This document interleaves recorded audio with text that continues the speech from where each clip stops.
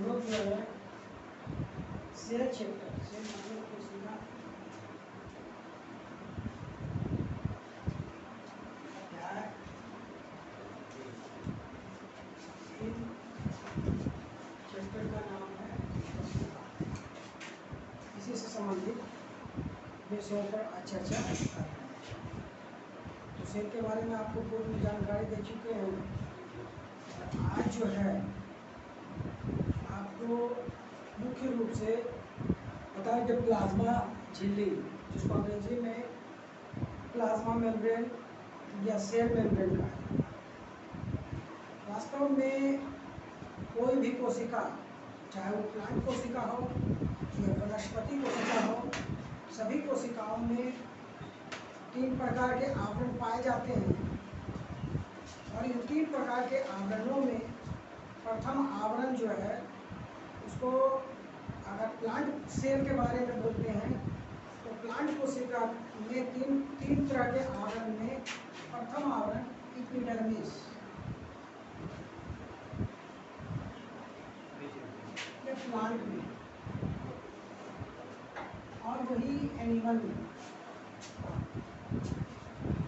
में एपिडर्मिस की जगह पर एपिडर्म।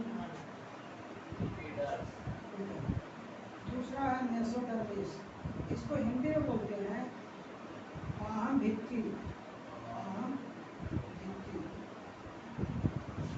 इसको बोलते हैं बाह्य परत।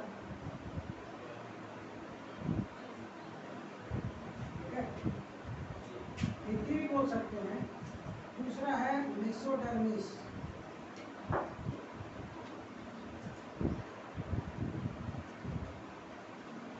इसको बोलते हैं मेसोडर्म।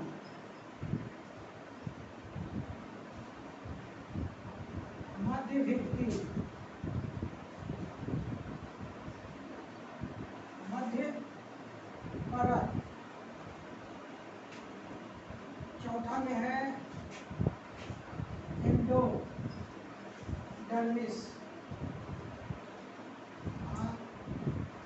आंतरिक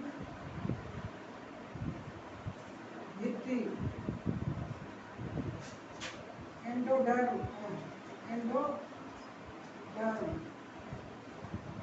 अंतः परत। आपको पहले भी बता चुके हैं, प्रकृति में 3 तत्वों का बहुत बड़ा योगदान है। जिस तरह से सृष्टि में ब्रह्मा विष्णु महेश 3 शक्तियों का संयोजन है, उसी तरह से हमारे शरीर में भी 3 रूप में, 3 तत्वों में, 3 परतों में, 3 मस्तिष्क के 3 भागों में, यानी हमारे शरीर का जो है जो भी कार्यकलाप होता है 3 रूप में कार्य करते हैं। प्रथम जो है बाह्य भित्ति या बाह्य परत। तो हम तुलनात्मक यहाँ पर अध्ययन कर रहे हैं। प्लाज्मा मेम्ब्रेन जो है वनस्पतियों में भी पाया जाता है और प्लाज्मा मेम्ब्रेन मनुष्य के सेल में भी पाया जाता है, जंतुओं के सेल कोशिका में भी पाया जाता है, लेकिन दोनों का नाम अलग अलग होता है। तो उसके बाह्य भित्ति को, वनस्पतियों के बाह्य भित्ति को एपिडर्मिस कहते हैं, और हम लोगों के जो जंतुओं के बाह्य भित्ति है उसको बाह्य परत कहा जाता है। इंग्लिश में उसको एपिडर्म कहते हैं। Epiderm, mesoderm, endoderm. अब कही बात है कि प्लाज्मा झिल्ली हमारे लिए क्यों उपयोगी है। प्लाज्मा झिल्ली वास्तव में प्रोटीन का संश्लेषण क्रिया को संपन्न करते हैं, और प्रोटीन जो है हम लोग जो खाते हैं उसको माइटोकॉन्ड्रिया में संश्लेषण तो होता ही है, इसके अलावा इसको सहयोगी अंग के रूप में प्लाज्मा झिल्ली भी मुख्य रूप से भूमिका निभाती है। प्लाज्मा झिल्ली में 3 प्रकार के जो परत होते हैं, और इस 3 प्रकार के परतों में एपिडर्म, मेसोडर्म, एंडोडर्म होता है। इसमें प्लाज्मा झिल्ली 3 परतों से तो बनी होती है, लेकिन 2 परत प्रोटीन की होती है और 1 परत वसा यानी लिपिड्स की होती है। इसलिए इसको लिपोप्रोटीन्स कहा जाता है। क्या कहते हैं? लिपोप्रोटीन्स। प्लाज्मा झिल्ली को लिपोप्रोटीन्स भी कहा जाता है। क्यों? क्योंकि 2 परत जो है प्रोटीन का होता है, 1 परत लिपिड्स का। लेकिन इसके बारे में अनेक वैज्ञानिकों ने अनेक ढंग से वर्णन किया है और पूर्व में आपको बता भी चुके हैं, ठीक है। लेकिन वास्तव में ये प्लाज्मा झिल्ली जो है किस प्रकार से कार्य करते हैं, इसका उपयोग हमारे शरीर में क्या है, ठीक है। तो आपको हम दिखाए हैं कि प्लाज्मा झिल्ली हमारे शरीर में एक कोशिका को दूसरे कोशिका में पोषण प्रदान करते हैं, हमारे शरीर को एक ढांचागत संरचना का निर्माण करने में मुख्य भूमिका निभाते हैं, कोशिका के संकुचन में मुख्य भूमिका निभाते हैं। एक और इसका भाग होता है, इससे इसके ठीक बगल में जुड़ा हुआ भाग होता है, उसको बोलते हैं एंडोप्लाज्मिक रेटिकुलम। सेल में मुख्य रूप से 5 छोटे भाग होते हैं। एनिमल सेल में प्रथम भाग को बोलते हैं केंद्रक। प्रथम भाग केंद्रक। केंद्रक जो है किसी भी कोशिका के मध्य में होता है और केंद्रक में प्रोटोप्लाज्म होते हैं। केंद्रक के जो अंदर का जो द्रव्य होता है उसको प्रोटोप्लाज्म कहते हैं, हिंदी में उसको जीव द्रव्य कहा जाता है। उसके बाहर भी द्रव्य होते हैं, उसको बोलते हैं साइटोप्लाज्म, उसको हिंदी में बोलते हैं कोशिका द्रव्य। कोशिका के अंदर भी द्रव्य और केंद्रक के अंदर भी द्रव्य। तो कोशिका के अंदर के द्रव्य को बोलते हैं साइटोप्लाज्म। कौन सा काम करता है? ये द्रव हमारे शरीर में पोषक तत्व प्रदान करते हैं, जल के कमी को पूर्ति करते हैं, नमी बनाए रखते हैं। अगर किसी कारण से हमको खाना पीना नहीं मिल रहा है, ऊर्जा नहीं मिल रहा है, हम भूखे हैं, तो हमको कहाँ से ऊर्जा प्राप्त होगी? केंद्रक से।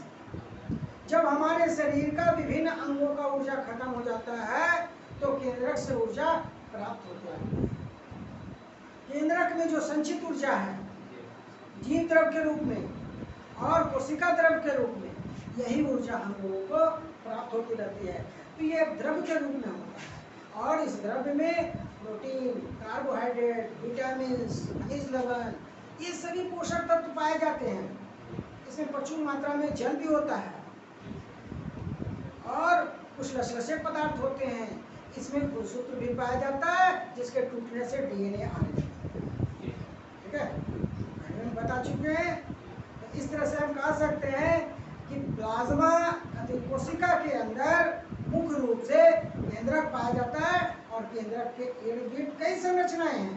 उन्हीं संरचनाओं में प्लाज्मा झिल्ली भी है और इसी प्लाज्मा झिल्ली का डिस्कशन आज हम लोग कर रहे हैं कि प्लाज्मा झिल्ली किस प्रकार से हमारे शरीर में बाहरी आघातों से सुरक्षा करता है, बाहर से आए हुए सूक्ष्म जीवियों या रासायनिक पदार्थों को नष्ट करने में मुख्य भूमिका निभाता है।